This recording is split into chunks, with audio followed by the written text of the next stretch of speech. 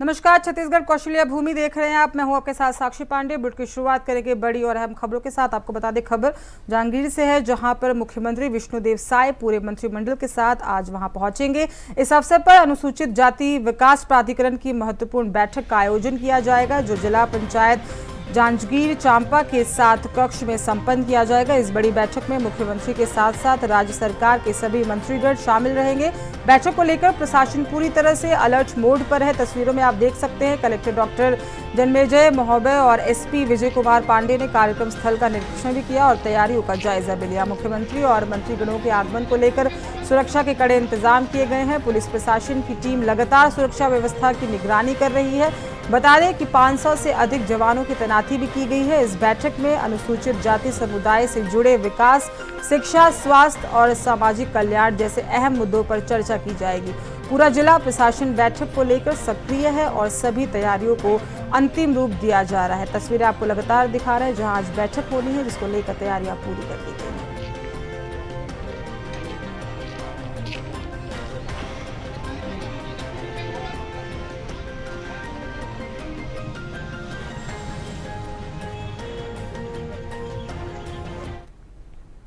अब एक खबर रायपुर से है, जहां बीजेपी की सरकार आने के बाद से बिजली बिल हाफ योजना में बदलाव किया गया है, जिसके बाद से कांग्रेस इसको लेकर इसका लगातार विरोध कर रही है। इस मामले को लेकर जिला कांग्रेस ने पत्रकार वार्ता की, जिसमें पूर्व सांसद छाया वर्मा ने कहा कि जब से भाजपा की सरकार आई है, छत्तीसगढ़ की जनता पर बिजली गिरा दी है। छत्तीसगढ़ में जल जंगल है, सब कुछ होने के बाद भी बिजली दरों में बढ़ोतरी कम हुई है। कांग्रेस की सरकार में बिजली बिल हाफ था, लेकिन अब कटौती करके 100 यूनिट कर दिया गया है। स्मार्ट मीटर के नाम से भ्रष्टाचार किया जा रहा है। सभी लोग इससे काफी परेशान भी हैं। जब से मीटर लगा है, बिजली बिल दुगना हो गया है। भाजपा उल्टा काम कर रही है, जैसे स्कूल बढ़ाना चाहिए तो उसे कम कर रही है और मधुशाला कम करनी चाहिए तो उसे बढ़ा रही है। इसे भाजपा का चरित्र सामने आ रहा है। इस मामले को लेकर पूर्व महापौर प्रमोद दुबे ने कहा कि जमीन हमारा, जंगल हमारा और हम दूसरे राज्य को बिजली देते हैं, तो हमारे राज्य में बिजली महंगी क्यों हो गई है। आपको बता दें कि लगातार कांग्रेस हमलावर नजर आई।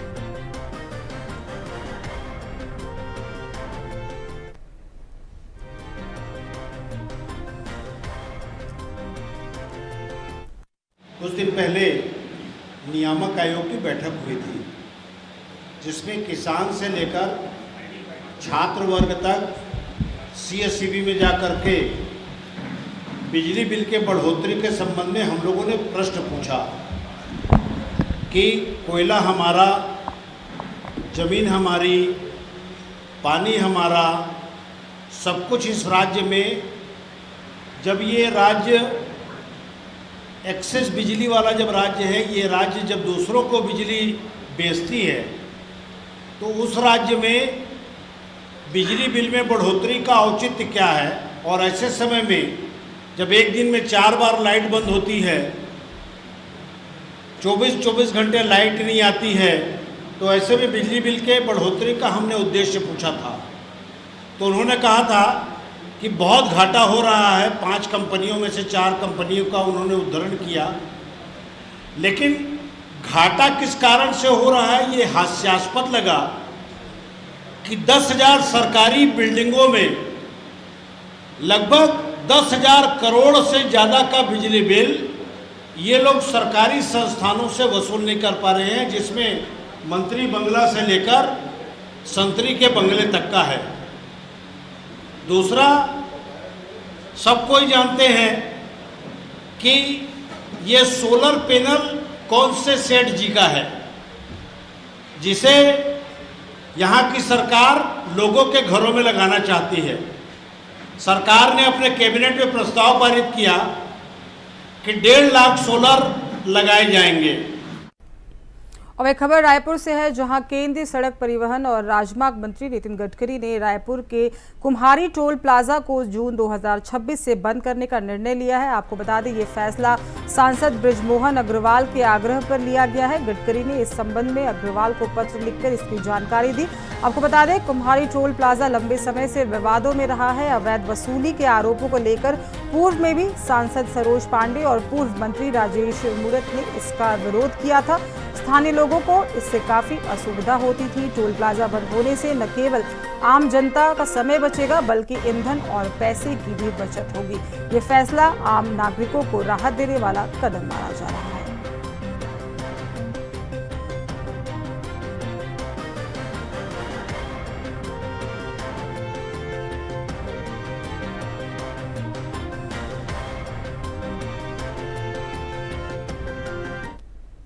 और वहीं बलौदाबाजार जिला कांग्रेस कमेटी ने प्रदेश सरकार द्वारा बिजली बिल की कटौती को लेकर 20 पैसा प्रति यूनिट की बढ़ोतरी और पूर्ववर्ती कांग्रेस सरकार की छूट योजना में कटौती को लेकर विरोध जताया है। आपको बता दें, कांग्रेस ने प्रेस वार्ता करके घोषणा की कि 8 अगस्त को पूरे प्रदेश में बिजली ऑफिस का घेराव कर प्रदर्शन किया जाएगा। छत्तीसगढ़ कांग्रेस प्रवक्ता सुरेंद्र शर्मा ने कहा कि यह फैसला किसानों, मजदूरों और छोटे व्यापारियों पर दोहरी मार का विषय बनते जा रहा है। वहीं जिला कांग्रेस अध्यक्ष सुमित्रा हृदय ने कहा कि कांग्रेस सरकार की हाफ बिजली बिल योजना से 44 लाख उपभोक्ताओं को हर साल 40 से 50 हजार रुपए की राहत मिलती थी, जिसे अब खत्म कर दिया गया है। उन्होंने भाजपा सरकार पर जन विरोधी नीतियों का आरोप लगाया और कहा कि कांग्रेस सड़कों पर उतरकर इस फैसले को वापस करवाने तक आंदोलन आगे भी जारी रखेगी।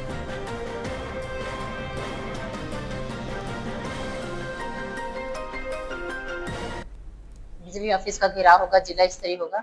इसमें हमारे सभी ब्लॉकों से, सभी विधानसभा से हमारे कार्यकर्ता आएंगे और चाहेंगे कि अधिक से अधिक ग्रामीण आए जिनको ये बिजली बिल का नुकसान ज्यादा उठाना पड़ रहा है।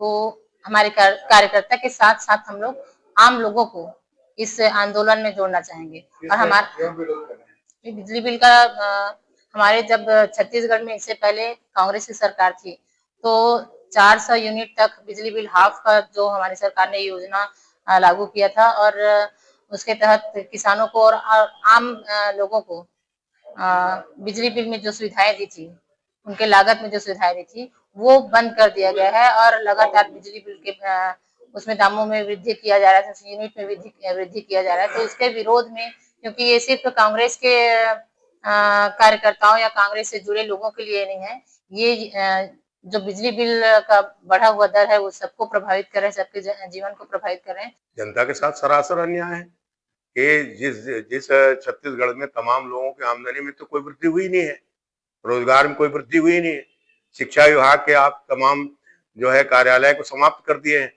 तो लोगों के पास आमदनी में कोई वृद्धि हुई नहीं है तो बिजली बिल में क्यों वृद्धि होगी। दूसरी बात, जब हमारे छत्तीसगढ़ का कोयला, हमारा पानी, हमारी बिजली हम दूसरे प्रदेशों को देते हैं तो हमारे छत्तीसगढ़ के लोगों को, छत्तीसगढ़ के उपभोक्ता को उसमें देखिए अलग से आप बिजली बिल को देखें, कभी ऊर्जा प्रभार लगा देते हैं, कभी मीटर किराया लगा देते हैं। वो बिजली बिल एक ऐसा मतलब पिटारा है जिसको आज तक कोई ठीक से समझ ही नहीं पाया है। तो ये कुल मिला के छत्तीसगढ़ के आम लोगों के साथ अन्याय है। और दूसरी बात, ये एक चैनल है, बिजली के दाम बढ़ेंगे तो हर चीज के लागत मूल्य बढ़ेगा, चाहे वो वेल्डर हो, चाहे वो मैकेनिक हो, चाहे वो किसी भी चीज को प्रोडक्ट करता हो। और वही बस्तर जिले के बास्तानार ब्लॉक के बड़े बादेनार गांव में एक प्रेरणादायक घटना सामने आई है, जहां स्वास्थ्य सुविधाओं की कमी के बीच 102 महतारी एक्सप्रेस के कर्मचारियों ने मानवता की मिसाल पेश की है। आपको बता दें, गर्भवती महिला श्रीमती लच्छो की तबीयत बिगड़ने पर परिजनों ने 102 सेवा से मदद मांगी। वाहन चालक उमेश बेट्टी बिना देर किए उफनती नदी पार कर महिला तक पहुंचे। स्थानीय ग्रामीणों की मदद से चालक ने एक डोली तैयार कर और महिला को सुरक्षित एम्बुलेंस तक पहुंचाया। इसके बाद से उन्हें CHC बड़े कीलेपाल ले जाया गया, जहां महिला ने एक स्वस्थ बच्ची को जन्म दिया। समय पर मिली मदद से परिजनों की आंखों में आंसू आ गया और उन्होंने कर्मचारियों का आभार भी जताया।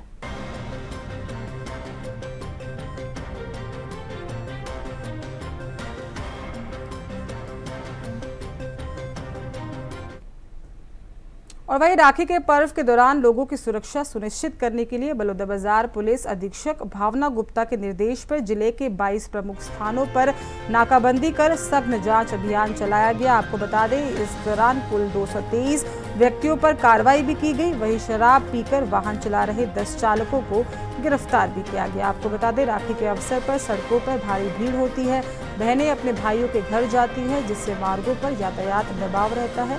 इसी को ध्यान में रखते हुए ये विशेष अभियान चलाया गया। पुलिस ने लोगों से अपील की कि वे शराब पीकर वाहन न चलाएं, क्योंकि यह न केवल स्वयं के लिए बल्कि दूसरों के लिए भी जानलेवा साबित हो सकता है। इस अभियान का उद्देश्य सड़क दुर्घटनाओं को रोकना और कानून व्यवस्था को सुदृढ़ बनाना है।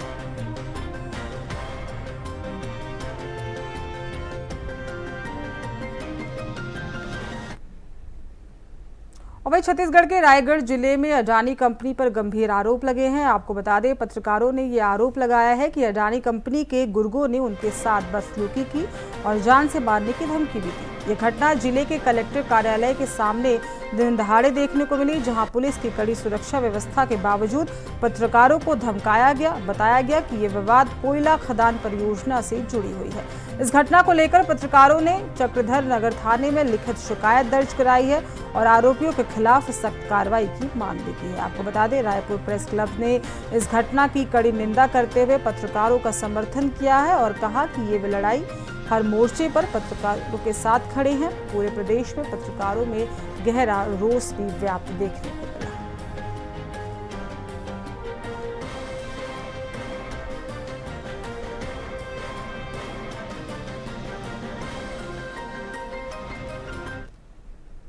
और वही छत्तीसगढ़ की राजधानी रायपुर से एक बड़ा ठगी का मामला सामने आया है। आपको बता दें, यहां ब्राह्मणपारा निवासी महिला प्रेरणा शर्मा ने मोहल्ले की महिलाओं को पहले विभिन्न बैंकों से लोन दिलवाया और फिर शेयर बाजार में दोगुना लाभ दिलाने का झांसा देकर लाखों रुपए की ठगी कर ली।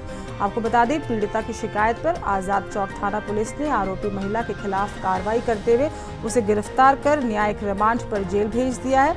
आरोपी ने ज्योति और अन्य महिलाओं से मोटी रकम हड़पी थी, जिसके बाद से प्रेरणा शर्मा लोन की रकम खुद रखती थी और निवेश के नाम पर झूठा भरोसा दिलाकर रकम को हड़प लेती थी। पुलिस ने मामले में बीएनएस की धारा 318 के तहत केस दर्ज किया है। लोन और निवेश के नाम पर ठगी करने के बाद से गिरफ्तारी देखने को मिली।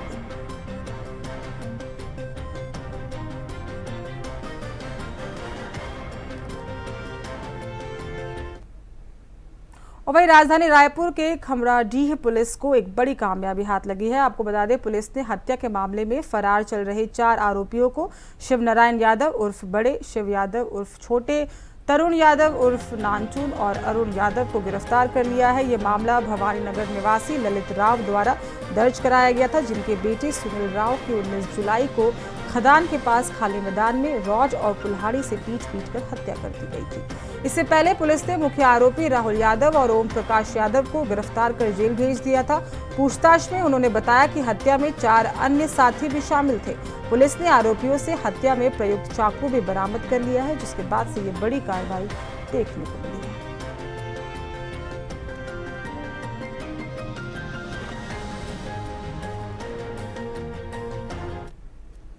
और वही छत्तीसगढ़ के तिदला नेवरा थाना क्षेत्र में हुई महिला की हत्या की गुत्थी पुलिस ने सुलझा ली है। आपको बता दें, हत्या के मामले में गिरफ्तार किया गया आरोपी तरुण दास मनिकापुरी वार्ड 14 कॉलेज रोड नेवरा का निवासी बताया जा रहा है। जांच में खुलासा हुआ कि मृतका सीता निर्मलाकर और आरोपी के बीच प्रेम संबंध थे, जिसमें विवाद के चलते ये खौफनाक वारदात देखने को मिली।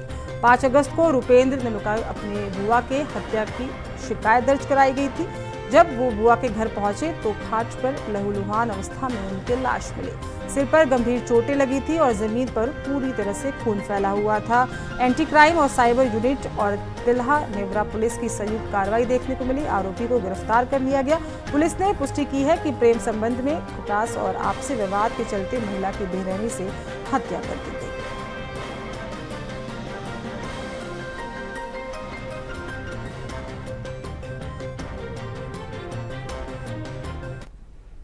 और वही बलौदाबाजार जिले के प्लारी ब्लॉक स्थित ग्राम लक्ष्मणपुर की राजकीय पूर्व माध्यमिक शाला में मिड डे मील में लापरवाही का गंभीर मामला सामने आया है। आपको बता दें, राज्य शासन ने कड़ी कार्रवाई भी की है। 28 जुलाई 2025 को कुत्ते द्वारा जूठा किया गया भोजन बच्चों को परोसने की घटना में स्कूल के प्रभारी प्राचार्य संतोष कुमार साहू को तत्काल प्रभाव से निलंबित कर दिया गया है। लोक शिक्षण संचालनालय के अनुसार भोजन के दूषित होने की जानकारी होने के बावजूद उसे परोसा गया था। 84 बच्चों को गुपचुप तरीके से एंटी रेबीज इंजेक्शन भी लगवाया गया था। घटना को छुपाने की कोशिश के चलते कलेक्टर की रिपोर्ट पर यह कार्रवाई देखने को मिली है। इसके अतिरिक्त 3 अन्य शिक्षकों को भी निलंबित किया गया है और 3 की वेतन वृद्धि 1 वर्ष के लिए रोक दी गई है। इस गंभीर लापरवाही पर हाईकोर्ट ने भी नाराजगी जाहिर की है।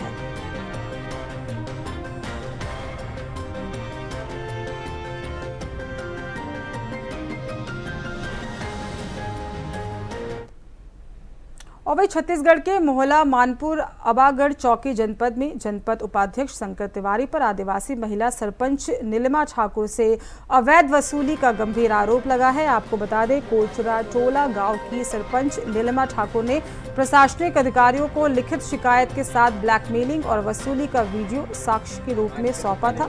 शिकायत के अनुसार उपाध्यक्ष बीते कई दिनों से 70,000 रुपए की मांग कर रहा था।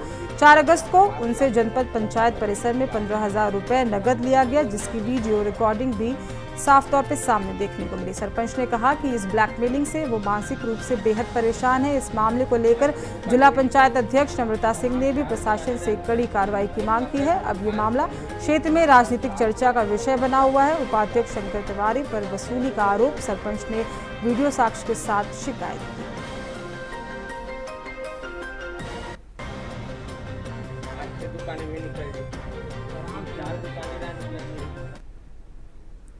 छत्तीसगढ़ के बीजापुर जिले में नक्सलवाद के खिलाफ बड़ी सफलता मिली है। आपको बता दें, जिले में सक्रिय 9 इनामी नक्सलियों ने एसपी कार्यालय पहुंचकर आत्मसमर्पण कर दिया। इसमें मार्ड डिवीजन का एक प्लाटून सदस्य और एसीएम स्तर के 3 नक्सली भी शामिल हैं। इन सभी पर कुल 24 लाख रुपए का इनाम घोषित था। मुख्यमंत्री विष्णुदेव साय ने इस उपलब्धि पर सुरक्षा बलों को बधाई देते हुए कहा कि राज्य सरकार गृह मंत्री अमित शाह के नेतृत्व में 31 मार्च 2026 तक छत्तीसगढ़ को नक्सल मुक्त बनाने के लिए पूरी तरह से प्रतिबद्ध है। गौरतलब है कि दिसंबर 2023 से अब तक राज्य में 450 से अधिक नक्सली मारे जा चुके हैं, 1569 गिरफ्तार हुए हैं और करीब 1569 ने आत्मसमर्पण कर दिया है। मुख्यमंत्री ने इसे बदलते बस्तर की तस्वीर बताते हुए कहा कि अब बंदूकें झुक रही हैं और विकास लगातार हो रहा है। सरकार की मंशानुरूप नक्सल विरोधी अभियान लगातार जारी है, जिसमें अपना जिला बल के साथ डीआरजी, एसटीएफ, सीआरपीएफ और कोबरा के साथ संयुक्त अभियान लगातार किए जा रहे हैं। इसी के साथ सरकार की आत्मसमर्पण और पुनर्वास की नीति और नियत निर्धार योजना के प्रभाव से लोग लगातार प्रभावित होकर आत्मसमर्पण कर रहे हैं। वो समाज की मुख्य धारा में शामिल होकर समाज के एक दायित्व, समाज के लिए एक जिम्मेदार नागरिक का भूमिका अदा करने के लिए वो तैयार हैं। इसी क्रम में आज हमारे समक्ष 9 माओवादियों ने आत्मसमर्पण किया है। इसमें 3 एसीएम रैंक के साथ साथ 6 इनामी माओवादियों के साथ साथ कुल 9 माओवादियों ने आत्मसमर्पण किया है। और वहीं सूरजपुर जिले के रामानुज नगर के जंगलों में अवैध लकड़ी कटाई तेजी से बढ़ती जा रही है। स्थानीय लोगों का आरोप है कि ये सब बिना वन विभाग और पुलिस की मिलीभगत से ही हो रहा है। लकड़ी माफिया आरी, कुल्हाड़ी और इलेक्ट्रिकल मशीनों से हरे भरे पेड़ों को काटकर बाजार में बेच रहे हैं, जिससे जंगलों का अस्तित्व खतरे में पड़ गया है। वन विभाग के अधिकारी इस समस्या की अनदेखी कर रहे हैं, जबकि पर्यावरण पर इसका गंभीर प्रभाव पड़ रहा है। आपको बता दें, जंगलों का क्षेत्रफल घटते ही जा रहा है और जैव विविधता को लेकर भी नुकसान हो रहा है। वन विभाग की निष्क्रियता पर सवाल उठ रहे हैं, क्योंकि वो तस्करी पर रोक लगाने में पूरी तरह से विफल नजर आ रहे हैं। अधिकारियों का दावा है कि उन्हें जिसकी जानकारी नहीं थी, जबकि स्थानीय लोग इसे जानबूझकर की गई अनदेखी मानते हैं।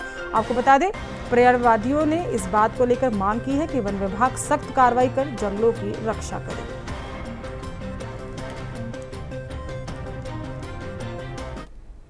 और फिलहाल छत्तीसगढ़ कौशल्य भूमि में बस इतना ही। हमें दीजिए इजाजत। देखते रहिए इंडिया वॉइस। नमस्कार।